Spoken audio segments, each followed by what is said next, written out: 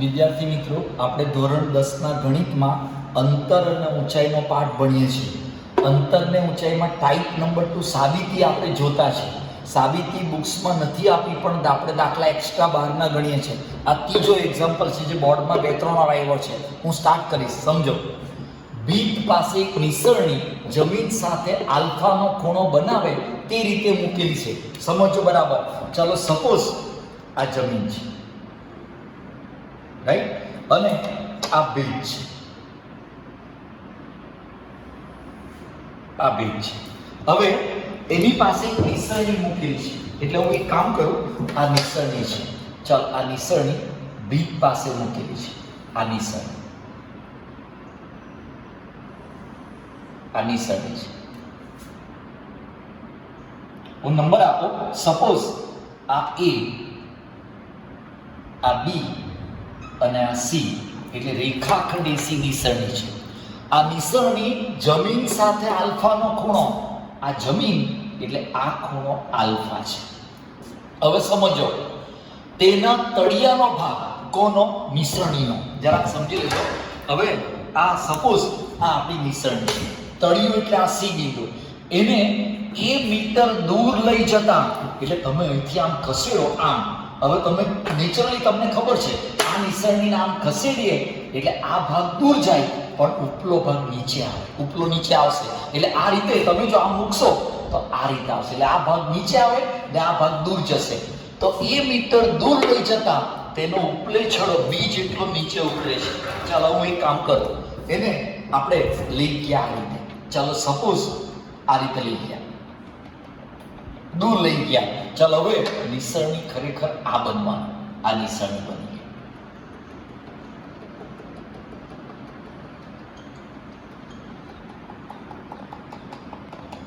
આ નિસરણી બનશે.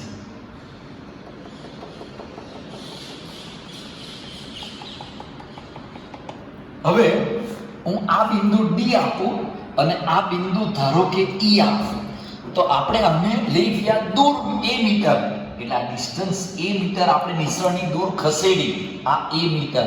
હવે આ જેવી નીચે ગઈ એટલે ઉપલો છેડો, તમે જો આ નિસરણી હોય તો એ બેઠો નીચે આવ્યો, એટલે આ ભાગ નીચે આવ્યો. તો B જેટલો નીચે આવ્યો એટલે આ ભાગ B થવાનો, આ B, આ B, બરાબર. અને હવે આ નિસરણી નીચે ઉતરે તો જમીન સાથે બીટાનો ખૂણો બનાવે, એટલે આ ખૂણો બીટા. પહેલા આલ્ફા હતો, હવે બીટા થયો. સમજો, નિસરણીની લંબાઈમાં વધઘટ થતી નથી. નિસરણીની લંબાઈ તે જ આવવાની, પણ એનો નીચલો છેડો દૂર લઈ ગયા આપણે. આ દૂર ગયા એટલે ઉપલો નીચે આવ્યો. તો બતાવો કે આ વસ્તુ. ચલો જોજો, સમજો. આ ભીત છે એટલે 90 આપી દો. હવે હું સરળતા ખાતર હું આને x આપું, આ x, બરાબર. અને હું y આપું, આ બ્લોક બાકી એટલે y આપી દઉં. ચાલો y, બરાબર. અને નિસરણીની લંબાઈને હું L આપું, L. એટલે આ જે લંબાઈ એને હું L કહું. ચાલો હવે આપણું ક્લેરિફિકેશન સમજો વિદ્યાર્થી મિત્રો. સાઈડ ઉપર ધારો કે રેખાખંડ AC અને રેખાખંડ D, રેખાખંડ AC અને રેખાખંડ D નિસરણી છે. નિસરણી છે. નિસરણી એકચ્યુઅલી એક જ છે, પણ આપણે એનું સ્થાન બદલ્યું.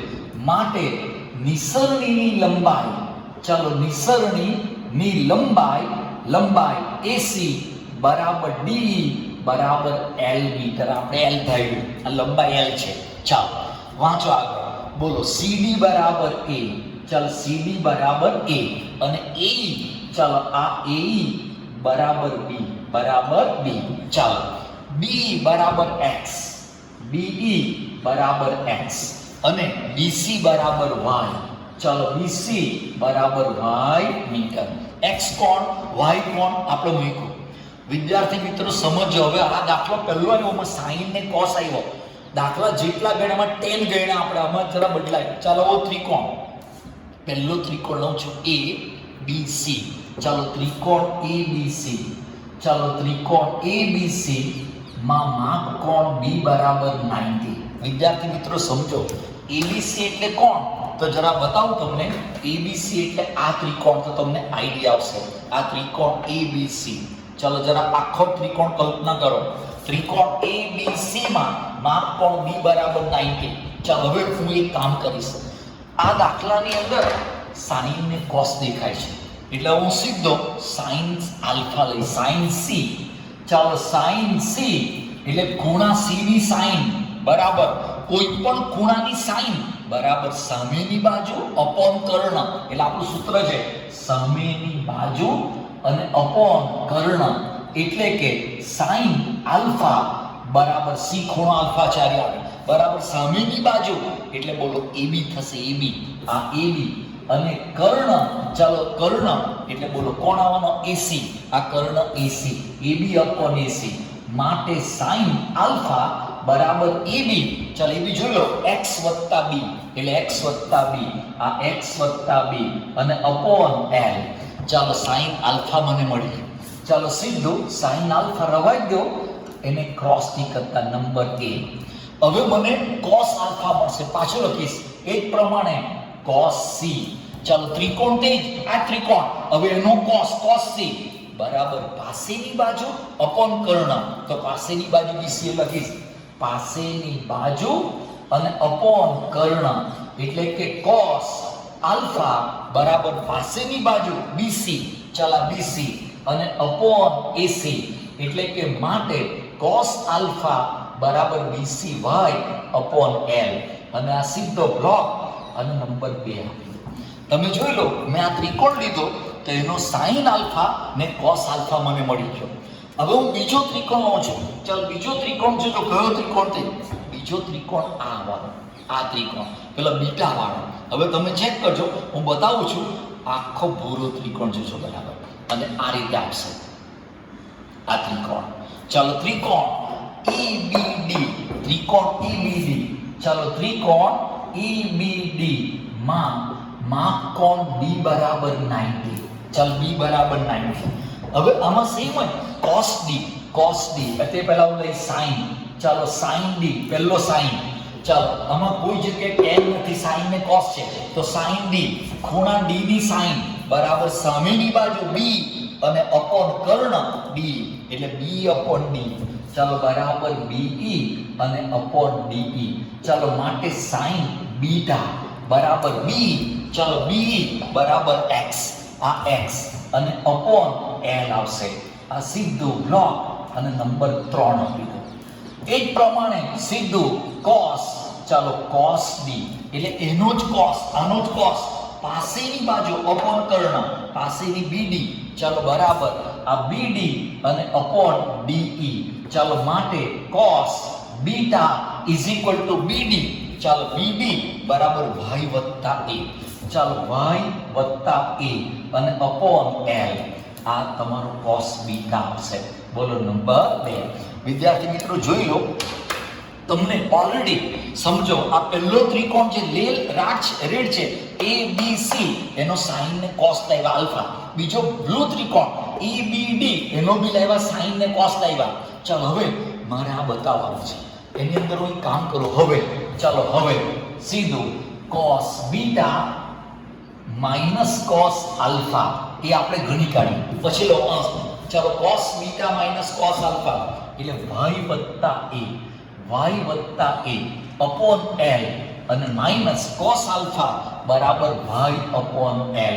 સમછેદી લસા l આવશે એટલે કે y વત્તા a માઈનસ y કેન્સલ એટલે a અપોન l. વિદ્યાર્થી મિત્રો મને આ મળી. એક પ્રમાણે sin આલ્ફા sin બીટા. ચાલ sin alpha minus sin beta is equal two value મૂકો sin આલ્ફા x વત્તા b. ચાલો x વત્તા b upon l minus sin beta x upon l. ચાલ સમછેદી લસા l આવશે એટલે x વત્તા b માઈનસ x કેન્સલ એટલે કે b અપોન l. જોઈ લો મને આ વેલ્યુ આ મળી. હવે સમજો લાસ્ટ પોઈન્ટ. હવે મારે સાબિત કરવાનું છે. હું આ લઉં જવાબ cos beta minus cos alpha. ચાલ upon sin alpha minus sin beta બરાબર. ચાલ બરાબર વેલ્યુ મૂકી દો. cos beta minus cos alpha a upon l upon sin alpha b upon l. l cancel એટલે કે બરાબર a અપોન b. તમે જોઈ લો માટે cos beta minus cos alpha upon sine alpha minus sine beta is equal to a upon b. વિદ્યાર્થી મિત્રો જોઈ લો, આ રીતે તમારો દાખલો બેઠો પ્રૂવ થાય છે. એક આ અલગ પ્રકારનો એક્ઝામ્પલ છે. આકૃતિ મોસ્ટ ઇમ્પોર્ટન્ટ છે, ફરીથી રિપીટ કરીશ. ચાલો, આ બીજ છે અને નિસરણી મૂકેલી છે. નિસરણીને આપણે સ્થાન બદલ્યું, ખસેડ્યું. તમે ચેક કરજો, એને આપણે દૂર લઈ ગયા એ મીટર, તો ઉપલો છેડો નીચે ઉતરો બી મીટર. પહેલા આલ્ફા ખૂણો હતો, પછી બીટા થયો, અને મારે આ લાવવાનું છે. હવે તમે જો પહેલી વાર દાખલો આવ્યો, એમાં સાઈન ને કોસ આવ્યો. કોઈ પણ ખૂણાની સાઈન બરાબર સામેની બાજુ અપોન કર્ણ અને કોસ પાસેની બાજુ અપોન કર્ણ. આમાં ટેન લેવાનું નથી, સમજો બરાબર. એટલે આ રીતે આ એક્ઝામ્પલ બરાબર જરા પ્રેક્ટિસ પાડજો, કાળજી રાખજો. આ સાબિતીનો ત્રીજો એક્ઝામ્પલ છે.